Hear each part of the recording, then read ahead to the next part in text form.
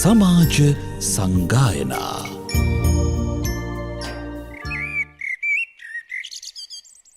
සුපින්වත්නි, අදත් ඔබ ඊටාම ශ්‍රද්ධාවෙන් බුදුරජාණන් වහන්සේගේ ධර්මයේ පිළිසරණ, ධර්මයේ පිහිට, ධර්මයේ රැකවරණය, ධර්මයේ තුලින්ම ගොඩනගා ගන්න අදහසින් මේ කෙරෙහි අවධානය යොමු කරනවා වෙන්න පුළුවන්.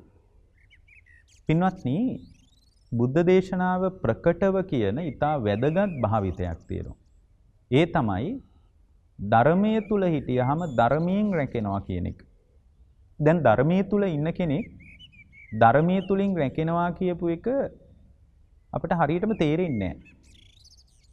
දැන් මේ ආරක්ෂාව කියන එක අපි හිතන්නේ මේ භෞතික ආරක්ෂාව.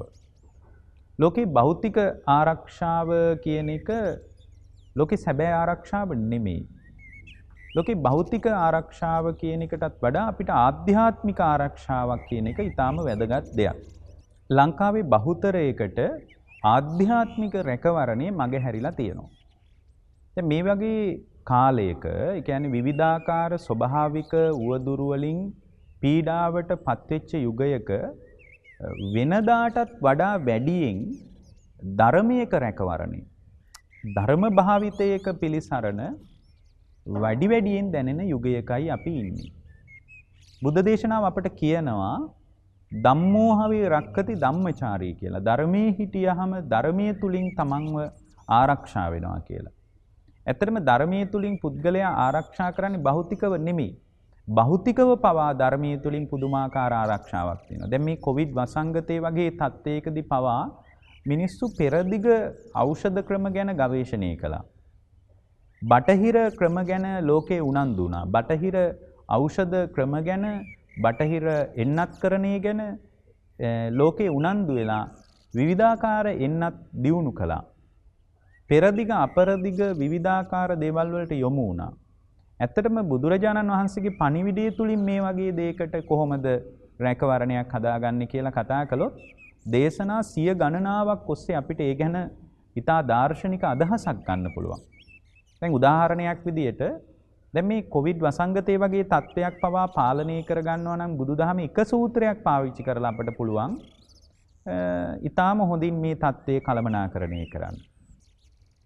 ගැටලුව තියෙන්නේ බුදුදහම ප්‍රායෝගිකව පුහුණු කරන අයගේ තියෙන අඩුපාඩුවයි.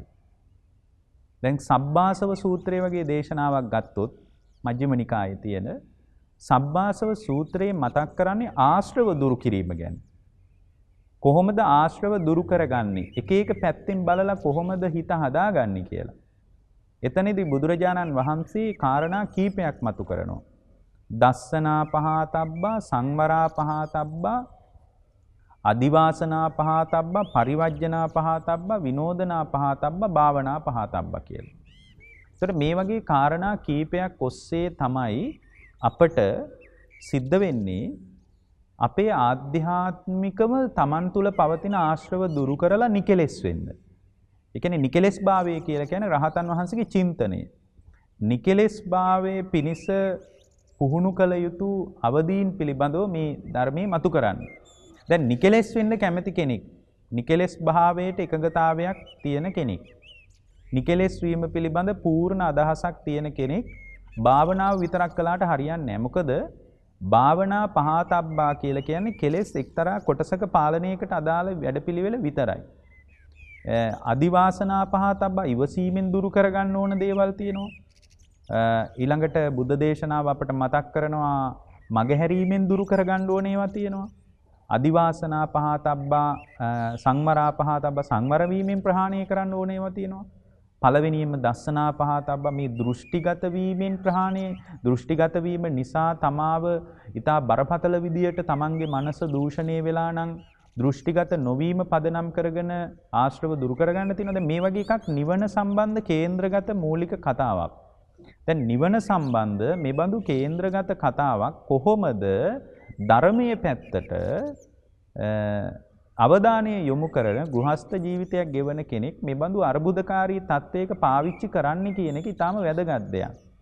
දැන් දස්සනා පහතබ්බං කියන එක දෘෂ්ටිය සම්බන්ධ ගැඹුරු නිවන සම්බන්ධ කතාවක් තමයි. නමුත් අද පාවිච්චි කරන්න පුළුවන් නම් දැන් මේ කොවිඩ් වසංගතය වගේ තත්ත්වයක් පාලනය කරන්න පාවිච්චි කරන්න පුළුවන් නම් දස්සනා පහතබ්බා කියලා කියන්නේ මේ පවතින தත්ත්වය ඉස්සලා දැනගන්නවා. දර්ශනය කියන්නේ දකින්නවා කියන එකයි. මේ පවතින தත්ත්වයේ ස්වභාවය දැක ගන්නවා. ඇත්තටම මේ පවතින தත්ත්වයේ ස්වභාවය දැක ගන්න බැරි වුණාට පස්සේ ෂණිකව විකල්ප වලට අපි යොමු වෙනවා. හේතු සහිතව ප්‍රශ්නය දිහා බලන්නේ නැතුව ප්‍රශ්නය එහෙම් මෙහෙම් පටලවාගෙන විකල්ප හොයනවා. එතකොට එහෙම විකල්ප හෙව්වොත් එහෙම ප්‍රශ්නේ බරපතල අර්බුදයකටයි පැන නගින්නේ. ප්‍රශ්නේ විසඳෙන තැනකට ගොඩ නැගින්නේ නැහැ. ඒ වගේ තැනකට විවිධ අභිචාර විදි මතුවෙන්න පුළුවන්. දෙවියන් සම්බන්ධ කාරණා මතුවෙන්න පුළුවන්. මේ වගේ ප්‍රශ්නයක් නැති කරගන්න. නමුත් ඇත්තම කතාව තමයි බුදුරජාණන් වහන්සේ මතක් කරනවා දස්සනා පහතබ්බා. මේ தත්ත්වය දැකලා දුරු කරගන්න ඕන අවදීන් තියෙනවා. මේ පවතින தත්ත්වය ඊටා හොඳින් තේරුම් ගන්න ඕන. මේ தත්ත්වය ඊටා හොඳ නුවණින් විමර්ශනය කරන්න ඕන. ඊළඟට දෙවණියට කියනවා සංවරා පහතබ්බා. දැන් බලන්න මේ නිවන සම්බන්ධ කේන්ද්‍රගත කතාවක් මෙබඳු කොවිඩ් වසංගතය වගේ තත්ත්වයක් පවා කළමනාකරණය කරන්න කොයිතරම් උදව්වක් කරනවද? මේ පවතින අර්බුදේ ඊටා හොඳින් හේතු සහිතව විමසන්න ඕන. දැන් බටහිර ලෝකේ මේක හේතු සහිතව විමසුවා. ඒගොල්ලෝ දැනගත්තා මේ බඳු භයානක වෛරසකාරී තත්ත්වයක් සමාජගත වෙන්න බලපාන්නේ මේ බඳු වෛරසයක්. මේ වෛරසයටයි විකල්ප කරන්න ඕන. වෛරසය නිසා මතුවෙන අතුරු ප්‍රතිඵලවල භයානක අවධියක් තමයි තමන්ගේ කාය බරපතල විදියට රෝගී වෙලා ආශ්වාස ප්‍රාශ්වාසයේ පවා විවිධාකාර අපහසුතාවන්ට ලක් වෙලා කායික වශයෙන් ඔය නියුමෝනියා වගේ තත්ත්වයන් පවා උත්සන්න වෙන එක. මේක තමයි ප්‍රතිඵලය. හැබැයි මේ ප්‍රතිඵලය උද්ගත වෙන්නේ කොවිඩ් කියලා වසංගත තත්ත්වයක් මේ වෛරසයක් පදනම් කරගෙන කියලා. ඒගොල්ලෝ වෛරසයට බෙහෙත් තෙව්වා පිළිවෙලට ලයිස්තු ගතව. එතකොට තමයි ලෝකේ එන්නත් කරණය පිළිබඳ උනන්දු වෙන්නේ. දැන් බලන්න මේ වගේ ප්‍රශ්නයකදී ක්ෂණිකව ඒ මොහොතේ උත්තර හොයන්න ගියොත් දෙවියෝ හරහා හරි විවිධාකාර ලංකාව පුරාම තැනින් තැන මතුවෙච්ච ඖෂධ වර්ග, පැණි වර්ග මේ වගේ දේවල් වලින් ක්ෂණිකව ප්‍රතිචාර දක්වන්න ගියාට පස්සේ වෙන්නේ ප්‍රශ්නයේ සමහරට තවත් අර්බුදකාරී වෙන එකනේ. ඒ නිසා බුද්ධ දේශනාවේ තියෙන මේ සබ්බාසව සූත්‍රය වගේ දේශනාවක දස්සනා පහතබ්බා පළවෙනියෙන් පවතින ආශ්‍රව දකින්න කියපු එක පවතින தત્ත්වය ඊටා පැහැදිලිව ප්‍රඥාගෝචර විදියට දකින්න කියපු එක මොනතරම් වැදගත්ද. දෙවැනියට කියනවා සංවරා පහතබ්බා. ඊට පස්සේ සංවරයෙන් ප්‍රහාණය කරගන්න. තමා තුළ සංවරයක් තියෙන්න ඕනේ. ඒක තමයි අපි කියන්නේ මීටරේ දුර තියාගන්න කියනවා. ඒ වගේම මුඛවාඩම පළඳින්න කියනවා. මේ වගේ ගොඩක් දේවල් කියනවා. මේ හැම එකකින්ම කතා කරන බුදුදහමේ සංවර වීම ගැන අපිට මෙතනට පාවිච්චි කරන්න පුළුවන් වුණොත් ඇත්තටම මේ බඳු වෛරස් තත්ත්වයක් ඊටාම ඉක්මනින් අපිට පාලනය කරගන්න පුළුවන්. සංවරා පහතබ්බා. කට පරිස්සම් කරගන්නවා. ඒ වගේම හම්බ වෙන අය එක්ක ඊටා සමීප ඇසුරකට යන්නේ මේ හැම තැනකම තියෙන සංවරය. ඊළඟට කියනවා අදිවාසනා පහතබ්බා. ඉවසීමෙන් ප්‍රහාණය කරගන්න ඕනේ. දැන් ආශ්‍රව ගැන කියද්දි නිවන ගැන කේන්ද්‍රගත කතාවක් තමයි. හැබැයි ඉවසීමෙන් ප්‍රහාණය කරන්න ඕනේ කියපු කාරණය මෙබඳු තත්ත්වයක් තුල අපට ඉවසාගෙන නෙද්දල්වාගෙන මුවදල්වාගෙන ලෝකේ දිහා බලාගෙන ඉන්න වෙනවා කැමති වුණත් අකමැති වුණත්. වෙනදාට වඩා සමහර දේවල් ඉවසන්න වෙයි. සමහරට බඩගින්න පවා ඉවස ගන්න වෙයි. පිපාසය පවා ඉවස ගන්න වෙයි. වෙනදා වගේ සාමාන්‍ය ජන ජීවිතේ අපිට පවත්ව ගන්න බැරි වේවි. ඒතකොට ඒවා ඉවසගෙන ඉන්න ඕන. මොකද සදාකාලික කොරෝනාවක් ලෝකේ නැහැ. ලෝකේ කිසිවක් සදාකාලික නැහැ. එතකොට අදිවාසනා පහතබ්බා ඉවසීමෙන් ප්‍රහාණය කරගන්න ඕන. සීතල උෂ්ණේ පවා ඉවස ගන්න ඕන කියලා අර සබ්බාසව සූත්‍රයේ මතක් කරන්නේ. එතකොට මේ ඉවස සමහර අය කියනවා දැන් පහුගිය කාලේ අපිට මතකයි රට වහලා තිබුණු වෙලාවක සමහර අය කිව්වා බැරිම තැන ගෙදරින් එළියට බැස්සේ කියලා. ඉවසලා බැරිම තැනත් ඉවසන්නයි බුදුදහම යෝජනා කරන්නේ. ඉවසලා බැරිම තැනත් ඉවසන්නයි බුදුදහම යෝජනා කරන්නේ. ඔකට හරි ලස්සන සූත්‍රයක් තියෙනවා කකචූපම සූත්‍රය කියලා. කකචූපම කියලා කියන්නේ කියත පිළිබඳ උපමා කරගෙන වදාළ දේශනාව. ඒ දේශනාවේ බුදුරජාණන් වහන්සේ අපට පැහැදිලිව මතක් කරනවා මහණෙනි කකුල් දෙක අල්ලලා කපන කොටත් කියතකින් අර දෙපැත්තෙන් අල්ලලා කපන කියක් තියෙන්නේ. ඒ බඳු කියතකින් කකුල් දෙක අල්ලලා කපන කොටත් ඒ කපන කෙනා කෙරෙහි වෛරී සිතක් හදා ගන්න නැතුව ඉන්න කෙනා තමයි මහණෙනි ධර්මය අල්ලගන්නේ කියනවා. එතකොට ධර්මයේ කොයිතරම් ශ්‍රාවකයාට ඉවසන්න පොළඹවනවද? ඉවසන්න පුරුදු කරනවද? ඒ කියන්නේ කකුල් දෙක අල්ලලා කපන අය කෙරෙහි වෛරී සිතක් හදා ගන්න නැත්නම් මහණෙනි අන්න එබඳු කෙනෙක් වෙනුවෙන් මේ ධර්මයේ තියෙන්නේ. එච්චරට ඉවසීම කියන එක බුදුදහම අගය කරනවා. දැන් මේ අදිවාසනා පහතබ්බා කියන தত্ত্বය වර්තමානයේ පවතින මේ අයහපත් தত্ত্বය කළමනාකරණය කරන්න පාවිච්චි කළොත් ඇත්තටම මේ වෙලාවේ අපිට යම් තාක් දුරට ඉවසගෙන ඉන්න පුළුවන් වුණොත් සමහර විට වෙනදා වගේ අපිට කන්න නැති වෙන්න පුළුවන්. වෙනදා වගේ අඳින්න පළඳින්න නැති වෙන්න පුළුවන්. වෙනදා වගේ පිරිසත් එක්ක එකතු වෙලා කතා බහ කරන ඒ නිදහස නැති වෙන්න පුළුවන්. මේවා ඔක්කොම ඉවසගෙන ඉන්න පුරුදු වුණොත් ඇත්තටම මේ බඳු භයානක සමාජගතව පවතින වෛරසයකින් පවා ඊටාම යහපත් ලෙස වේගයෙන් ඒක කළමනාකරණය කරගන්න අපිට පුළුවන්. ඊළඟට පරිවර්ජනා විනෝදනා පහතබ්බ කියලා වචන දෙකක් තියෙනවා. මගහැරීම සහ දුරු කිරීම කියන එක. සමහර තැන් අපිට මගහරින්න වෙනවා. පිරිසත් එක්ක එකතු වෙලා හිටියනම් ඒවා මගහරින්න වෙනවා. සමහර ස්ථාන සමහර පුද්ගලයෝ අපිට දුරු කරන්න වෙනවා. ඇසුර ටිකක් ඈත් කරලා තියන්න වෙනවා. එතකොට ඒ ඈත් කරලා තියෙන එක මගහරින එක මෙබඳු තත්වයකට කොයිතරම් උදව් කරගන්න පුළුවන්ද? මේ පරිවර්ජනා විනෝදනා කියලා කියන්නේ පරිවර්ජණය කරනවා. එබඳු තැන් ඇසුරු කරන්න යන්නේ නැහැ. සමහර පුද්ගලයෝ ඇසුරු කරන්න යන්නේ නැහැ. වෙනද අපි ඇසුරු කරපු අය වෙනදා වගේ ඊටා සමීපව සිප වැළඳගෙන අපිට ඇසුරු කරන්න බැරි වේවි. මේ මගහැරීම දුරු කිරීම කියන එක අදට පාවිච්චි කරන්න පුළුවන් වුණොත් ඇත්තටම මෙබඳු තත්වයක් කළමනාකරණය කරගන්න බුදුදහම කොච්චර උදව් කරනවද කියලා ශ්‍රාවකයෙකුට තේරුම් ගන්න පුළුවන්. අන්තිම එක තමයි භාවනා පහතබ්බා. භාවනාව කියලා කියන්නේ මේ වගේ ඊටා නොසන්සුන්කාරී තත්වයක් තුළ මානසික කැළඹීමක් ඇති වෙන්න පුළුවන්. මානසිකව වැටුනොත් ඊට වඩා වේගයෙන් කය වැටෙනවා. බුදුදහමේ කේන්ද්‍රගත පණිවිඩය ඒකයි. මනස වැටෙන්න නොදී මනස සුරක්ෂිත කරගන්නයි බුදුදහම උදව් කරන්නේ. දැන් මනස සුරක්ෂිත වෙච්ච තැනක කායික සුරක්ෂිතතාවය ඒකාන්ත වශයෙන් බුදුරජාණන් වහන්සේගේ ශ්‍රාවකයෙකුට ගොඩනගා ගන්න පුළුවන්. ඒ නිසා මනස පරිස්සම් කරගන්න වැඩපිළිවෙලක් තිබ්බොත් ඇත්තටම කායිකව වේගයෙන් බිඳ වැටෙන එක අඩු වෙනවා. දැන් බලන්න පහුගිය කාලේ ලෝකේ මරණ ප්‍රතිශතය වේගයෙන් වැඩි වුණා. මොකද මේ කොවිඩ් වසංගතයට මිනිස්සු වේගයෙන් බය වුණා. මිනිස්සු හිතුවා ජීවිතේ හමාරයි කියලා. කොවිඩ් වසංගතයට Taman විවෘත වුණොත් එහෙම ස්ථීරව මරණය උරුමයි කියලා මිනිස්සු හිතුවා. ඉතින් කාලාන්තරයක් යනකොට කොවිඩ් වසංගතයේ මිනිසුන්ගේ ජන ජීවිතයත් එක්ක ප්‍රතිබද්ධ වුණා. මේක සාමාන්‍යකරණය වෙමින් පවතිනවා. බටහිර විද්‍යාවටත් ඒකට පින් දෙන්න ඕන. සාමාන්‍යකරණය වෙමින් පවතිනවා. එතකොට මේ தත්ත්වය තුළ මිනිසුන්ට බය, තැති ගැනීම ආදී මේ මානසික වශයෙන් බියජනක අවස්ථාව මගහැරිලා යනකොට අර මනස රෝගී වෙන එක ක්‍රමානුකූලව අඩු වෙනකොට කයට ඒක බලපෑම් කරන අවස්ථාව හරිම අඩු වුණා. ඒ කියන්නේ හිතට ගියොත් මම රෝගියෙක් කියන එක ඒකාන්ත වශයෙන් ඇඟ රෝගී වෙන්න ඒක බලපානවා. ඒ පිළිබඳ ලෝකෙ වෙච්ච බරපතල පර්යේෂණ තියෙනවා. දැන් මට මතකයි පහුගිය කාලේ එක්තරා ලෝකෙ වෙච්ච පර්යේෂණයක් තිබුණා. ආයතනික සැලැස්මකට ඒගොල්ලෝ ඒ වැඩ කළා. එක පුද්ගලයෙක් හැමදාම වැඩට එනකොට එදා ඒ පුද්ගලයා වැඩට එනකොට පළවෙනියෙන්ම හම්බ වෙන පුද්ගලයා කියන ඔයාගේ මූණ එච්චර හොඳ නැහැ. ඔයාට මොකක් හරි ලෙඩක්ද කියලා අහනවා. ඔහු ඊටා ප්‍රබෝධයෙන් ආපු මිනිස්සෙක්.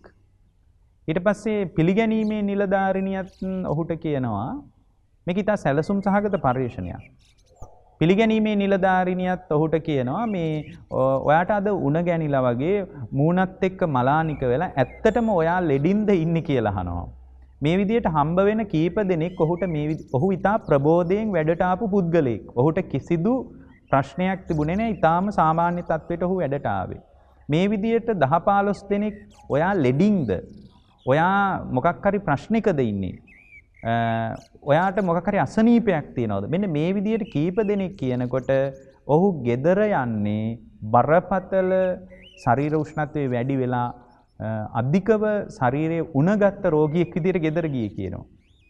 ඇත්තටම ඔහුව පරීක්ෂා කරපු වෛද්‍යවරයා කියනවා ඔහුට ඊටාම භයානක විදිහට ශරීරයේ ගැහෙන මට්ටමට උණ රෝගය උත්සන්න වෙලා තිබ්බා කියලා. ඒ කියන්නේ මේකේ අදහස තමයි හිත රෝගී වෙනකොට කය ඊට වඩා වේගයෙන් රෝගී වෙන්න පටන් ගන්නවා. ඒ නිසා හිත පරිස්සම් කරගන්න එක බුදුදහම ඉතා ප්‍රමුඛ කොට ශ්‍රාවකයාට මතු කරනවා. දැන් ඔය ගොඩක් පිළිකා රෝගීන් එහෙම එබඳු රෝගයක් තියෙනවා කියලා දැනගෙන ඊටාම ටික කාලයක් ඇතුළත ජීවිතයට සමුදෙනවා. ඒ වගේම තමයි සමහර විට අවුරුදු ගාණක් පිළිකා රෝගයකින් පෙළෙන කෙනෙක් තමන් පිළිකාවකින් පෙළෙන බව දැනගත්ත දවසේ ඉඳලා ඊටා වේගයෙන් කය රෝගී වෙන්න පටන් ගන්නවා. මේ හැම එකකින්ම කියනවා හිත රෝගී වුණොත් ඇඟ ලෙඩ වෙනවා කියන එක. හිත ලෙඩ නොවි තියාගත්තොත් එහෙම ඇඟේ පවතින ඕනෑම රෝගී තත්වයක් පවා ශක්තිමත් හිතකට යම්තාක් දුරට පාලනය කරගන්න පුළුවන් කියන එක බුදුදහම ශ්‍රාවකයාට දැනුම් දෙනවා. ශ්‍රාවකයාට තේරුම් කරනවා.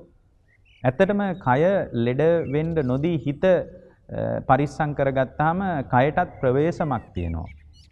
භාවනා පහතබ්බා සබ්බාසෝ සූත්‍රයේ භාවනා පහතබ්බා කිව්වේ මේ හිත සමතුලිතව තියාගන්න බුදුදහම උදව් කරනවා. දැන් බලන්න වර්තමානයේ අත්දකින්න තත්වෙම ගන්න. අදට 2600කට එහා පැත්තේදී සබ්බාසව සූත්‍රයේදී දස්සනා සංවරා පටිසේවනා අදිවාසනා පරිවර්ජනා විනෝදනා භාවනා කියලා කියපු කාරණේ.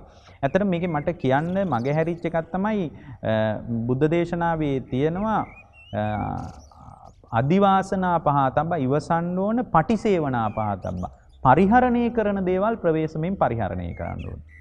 කියන්නේ අපි පරිහරණය කරන්නේ ඉඳුම් හිටුම් ආහාර පාන ඇඳුම් පැළඳුම්. ඇත්තටම මේවා පරිහරණය කරද්දී අපිට ඉතා සුරක්ෂිත විදිහට පරිහරණය කරන්න පුළුවන් නම් දැන් අපි පරිහරණය කරන දේවල් අතර අකුසල් වැඩෙන්න බලපාන විදිහටයි අපි සාමාන්‍ය කෙලෙස් සහිත ශ්‍රාවකෙක් පරිහරණය කරන්නේ. දැන් කොවිඩ් වසංගතය වගේ තත්ත්වයක් කළමනාකරණය කරගන්න දැන් උනත් ඒ බඳු තත්ත්වයක් වේගෙන් උත්සන්න වේගන යන නිසා අපිට මේ බටහිර බෙහෙත් හේතුත් පරිහරණය කරන ගමන් පෙරදිග අභිචාර විදිත් පරිහරණය කරන ගමන් බුදුදහමේ කේන්ද්‍රගත න්‍යායක් අපිට ගොඩනගා ගන්න පුළුවන් වුණොත් බුදුදහමේ න්‍යායකින් අපිට ආభాෂයක් ගන්න පුළුවන් වුණොත් මං හිතන්නේ ඒක පුදුමාකාර පිළිසරණක්.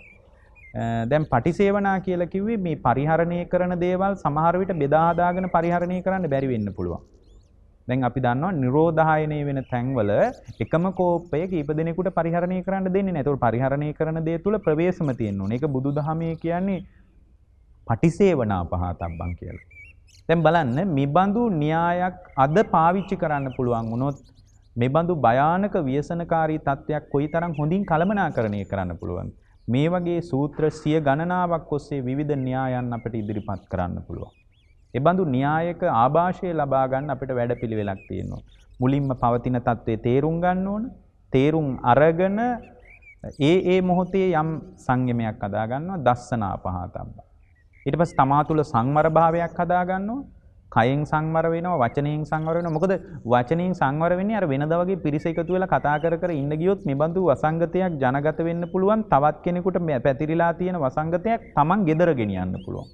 සංවරා පහතබ්බා. ඊළඟට ඉවසීමෙන් ප්‍රහාණය කරගන්නවා. වෙනදාට වඩා ඉවසන්න වෙයි. කෑම බීම වෙනදා වගේ නොලැබී යයි. වෙනදා පරිහරණය කරන දේවල් වෙනදා වගේ පරිහරණය කරගන්න බැරි වෙයි. වෙනදා වගේ අපිට අපි පරිහරණය කරපු දේවල් ඉස්තරම්ම විදියට පරිහරණය කරගන්න බැරි වේවි.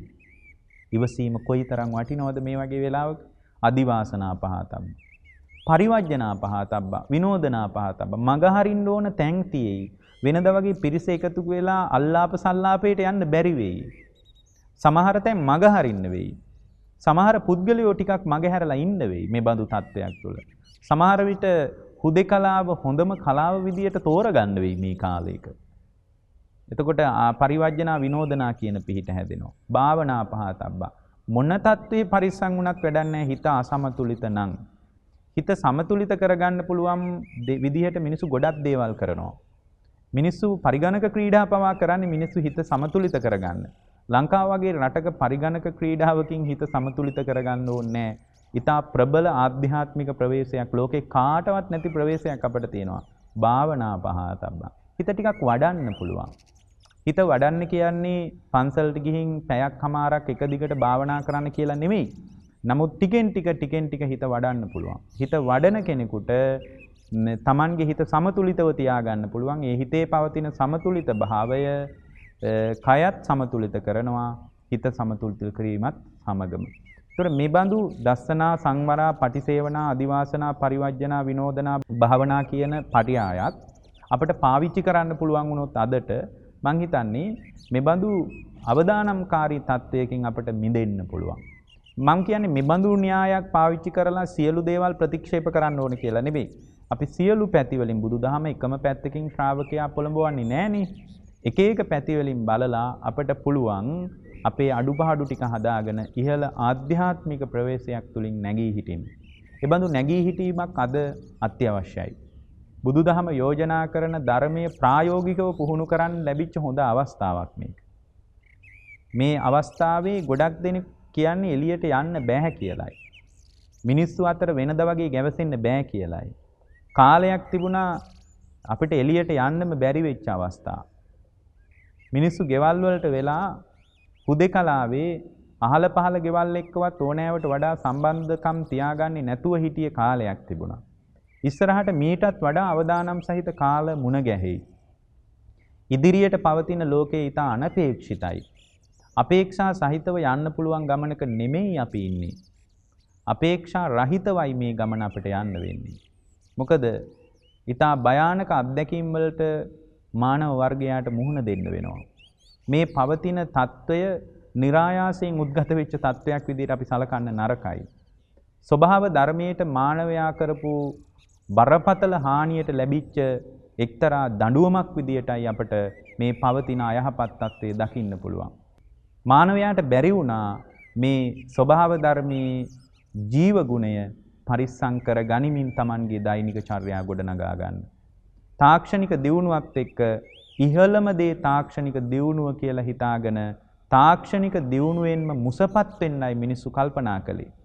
තාක්ෂණික දියුණුවෙන් මුසපත් වෙච්ච මිනිස්සු අඟහරුගේ ජීවේ හෙව්වට මේ පෘථුවියේ ජීවේ පරිස්සම් කරගන්න මිනිසුන්ට අමතක වුණා. අඟහරුගේ ජීවය හෙව්වට මිනිසුන්ට මේ පෘථුවියේ පවතින ජීවේ පරිස්සම් කරගන්න බැරි වීමේ බරපතල අවදානමට අද වෙනකොට මානව වර්ගයා මුහුණ දෙමින් සිටිනවා. ඒ අවදානමේ උච්චතම අවස්ථාව තමයි මේ ස්වභාව ධර්මයේ විසින් මානවයාට කරන බරපතල බලපෑම. මේ බලපෑම ඉදිරියේ තාක්ෂණික දියුණුවට කළ හැකි විකල්පයක් නැහැ. එහෙම විකල්පයක් නැහැ. මානව වර්ගයා නැවත නැවත ස්වභාව ධර්මයේ පරිස්සම් කරන තැනකට හිත හදාගත යුතුයි. ඒ හිත හදාගත්තු දවසට ස්වභාව ධර්මයේ විසින් ස්වභාව ධර්මයට අයිති කෙනෙක් විදියට අපිව පිළිගනිවි. ඒකට තියෙන හොඳම පාලම තමයි බුදුදහමේ ආශ්‍රය. බුදුදහම ඇසුරු කරන පුද්ගලයෙක් විදියට අපට පුළුවන් මානව හිතවාදී පරිසර හිතකාමී සැබෑ ශ්‍රාවකයෙක් වෙන්න. ඒ බඳු ශ්‍රාවකයෙකුට ස්වභාව ධර්මයේ විසින් ප්‍රවේශම් කරන තැනකට ස්වභාව ධර්මයේ ඔබ ආරක්ෂා කරાવી. ඒකම තමයි මෙච්චර කල් අපි පන්සල්වල පාසල්වල ප්‍රධාන පාඨයක් විදියට දොරවල් වල ගහලා තිබ්බේ ධම්මෝ හවේ රක්කති ධම්මචාරී කියලා. ධර්මයේ හිටියොත් ධර්මයේ විසින් ඔබව ආරක්ෂා කරනවා කියලා. ඇත්තටම ධර්මයේ කියන්නේ අන් කවරක්වත් නෙමෙයි ස්වභාව ධර්මයේ රිද්මයයි. ස්වභාව ධර්මයේ ධර්මයේම කියලා අපි කියන්නේ නැහැ. නමුත් ස්වභාව ධර්මයේ රිද්මය සහ ධර්මයේ රිද්මය එකට පෑහෙනවා. මේක දෙකක් විදියට සලකන්න අමාරුයි. එකම රිද්මයක් ලෝකේ පවතින්නේ. ඒ නිසා ධර්මයේ තුල වාසය කරනකොට ඉතා මානවවාදී පරිසරවාදී ශ්‍රාවකෙක් වෙන්න පුළුවන්. නවීකරණීය තුලින් නාගරිකකරණීය තුලින් තාක්ෂණික දියුණුව තුලින් උඩට ගිය මිනිස්සු ඒවයින් ඉහළට ගියපු එක අගය කළ යුතුයි. තාක්ෂණයට පින් සිද්ධ වෙන්න අපට ගොඩක් දේවල් ලැබිලා තියෙනවා. ඒ වගේම තාක්ෂණික වශයෙන් ඇතිවෙච්ච සමහර බැමි නිසා අපට ගොඩක් දේවල් අමතක වුණා, මගහැරුණා. ඒ මගහැරිච්ච බරපතලම දෙයක් තමයි මනුස්සකම කියලා කියන්නේ. ස්වභාව ධර්මය සමග මනුස්සකම ප්‍රතිබද්ධ කරගත්ත තැනකට අපේ ආධ්‍යාත්මික ප්‍රවේශය ගොඩනගා ගන්න බුදුදහමේ භාවිතය අවශ්‍යයි. මොකද මානව වර්ගයාට එක පැත්තකින්ම බලපෑම් ඇති වෙන්නේ නැහැ. කර්මයේ තුලින් එක පැත්තකින් බලපෑම් ඇති වෙනවා. අපි ඒකට කියනවා කම්ම නියාම කියලා. ඍතු නියාම කියලා කතා කරනවා. උද්භිත විද්‍යාත්මක සාධක බලපාන්න පුළුවන්. බීජ නියාම බලපාන්න පුළුවන්. ජීව විද්‍යාත්මක සාධකත් බලපානවා. චිත්ත නියාමක බලපාන්න පුළුවන්. ඒ කියන්නේ මනෝවිද්‍යාත්මක සාධකත් බලපානවා. ධම්ම නියාමයේ බලපාන්න පුළුවන්. ආචාර විද්‍යාත්මක දේවලුත් බලපානවා. කී පැත්තකින් පුද්ගලයාට බලපෑම් කරනවා කියලාද බුදුදහම යෝජනා කරන්නේ. නමුත් අපි තාක්ෂණික දියුණුව පැත්තෙන් විතරක් හිතන එක මොනතරම් අසාධාරණද? ඒ නිසා පුද්ගලයා විවිධ පැතිවලින් හිතන අප්‍රමාණ චේතනාවක් ගොඩනගා ගත යුතුයි.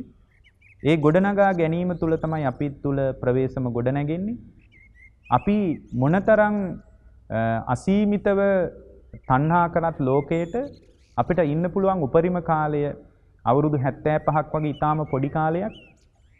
මොන්න තරම් භෞතික දේවල් ගොඩනගා ගත්තත්, රාජතාන්ත්‍රික වටිනාකම් ගොඩනගා ගත්තත්, ඒ වගේම බලකාමීව ලෝකේ ගොඩක් දේවල් හොයාගත්තත්, නොඑක් ආකාරයෙන් ගොඩනගා ගන්න ආර්ථික ශක්තියින් ගොඩනගා ගත්තත්, ලෝකේ බලවත්ම ආර්ථික න්‍යායන් ඔස්සේ ලෝකේ දකින්න පුළුවන් විදිහට Tamanගේ ආර්ථික ශක්තිය ස්ථාවර කරගත්තත්, ඒ මොන දේවල් හොයාගත්තත්, වටිනාම දේ විදියට මිනිස්සු සලකන උගත්කම අතින් ජේෂ්ඨ මහාචාර්යවරු, ආචාර්ය උපාධි මේ ඔක්කොම ගොඩනගා ගත්තත්, ඒ සියල්ල තියෙන කෙනෙකුට මම මෙබඳු උගතෙක් මට තවත් එක chance එකක් දෙන්න, එක අවස්ථාවක් දෙන්න කියලා ලෝකයට මරණ ඉදිරියේ කතා කරලා කියද්දී ඔබේ උගත්කම මත, බුද්ධිමත්කම මත, ආර්ථික වටිනාකම මත ඔබට එකම එක අවස්ථාවක්වත් ලැබෙන්නේ නැහැ. එකම එක අවස්ථාවක්වත් ලැබෙන්නේ නැහැ. ඔබට S2 පියා ගන්න වෙනවා. S2 පියා ගන්නකොට මේ ඇතිවෙච්ච සියලුම මානව බැඳීම් සහ භෞතික බැඳීම් ඔක්කොටම අතවනලා පැත්තකට වෙන්න වෙනවා. ඒ කිසිවක් ඔබ සමග එන්නේ නැහැ. අවුරුදු 75ක් වෙන ඉතා කෙටි කාලයකින් මේ ජීවිතය අතහරින්න පුළුවන් හිතක් හදාගන්න. අවුරුදු 500ක විතර පවතින සැලසුම අතහරින්න. අවුරුදු 75ක් 80ක් වගේ කෙටි කාලයක් තුල ජීවත් වෙන්න තියෙද්දී වැටෙන්නට විවිධාකාර භෞතික දේවල් වලට ඔබේ වටිනාකම පාවා දෙන්න එපා. මොකද ඔබට ඉන්න වෙන්නේ ඉතාම ස්වල්ප කාලයක්. මේ කෙටි කාලය තුල මානව හිතවාදී, පරිසර හිතවාදී, දයාව, කරුණාව, අනුකම්පාව, මෛත්‍රිය පිරිච්ච හදවතේ තෙතමනේ තියාගත්ත මිනිසුන් වැඩියෙන් ඕන කරලා තියෙනවා. ස්වභාව ධර්මයේ ඔබට කියන්නේ එයයි. මානවවාදී වෙන්න කියලයි. මානවවාදී ශ්‍රාවකයා ස්වභාව ධර්මයේ විසින් ආරක්ෂා කරાવી. ධර්මයේ විසින් ආරක්ෂා කරනවා කිව්වේ ඒකයි.